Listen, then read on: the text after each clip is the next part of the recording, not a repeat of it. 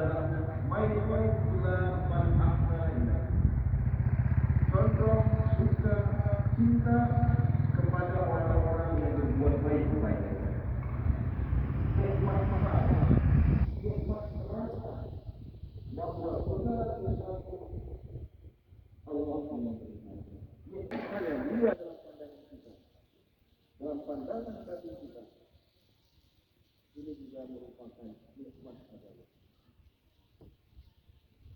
Dan nikmat yang ketiga, nikmat Islam, nikmat akhirat. Apa itu nikmat akhirat?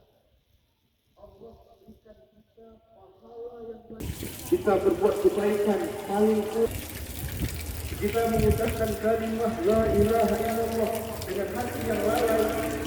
Allah berikan 10 kebaikan. Allah berikan berlipat ganda bila kita mengucapkan la ilaha illallah, hati kita mundur ke pahala yang tinggi. Padahal amalan-amalan tersebut pada hakikatnya tidak ada daya dan kekuatan